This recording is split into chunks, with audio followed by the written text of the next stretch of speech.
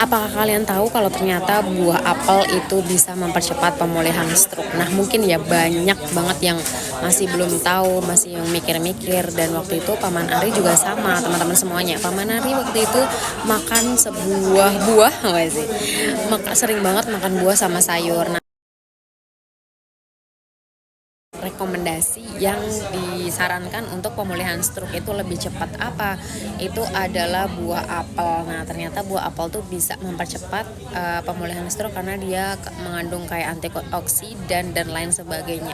Nah, waktu itu Paman Ari itu udah yang nggak biasa lagi karena waktu itu udah lumayan yang sempat koma juga 4 hari di rumah sakit, nggak sadarkan diri, dan waktu itu nyari cara gimana caranya bisa lepas dari stroke itu dalam waktu yang lebih singkat kayak gitu.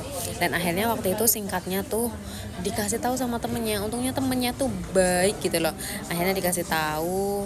Ya menurut aku kayak Masya Allah banget, karena mungkin ini jalan juga dari Tuhan ya, sebagai jalannya Kak Pras untuk lepas dari stroke ini. Dan waktu itu dikasih tahu untuk konsumsi herbal Cina. Ya udah, di situ si Paman Ari tuh langsung konsumsi herbal Cina, itu nggak ada ragu sama sekali, nggak ada kayak gimana sama sekali, karena beliau ikhtiar pengennya langsung pengen pulih gitu.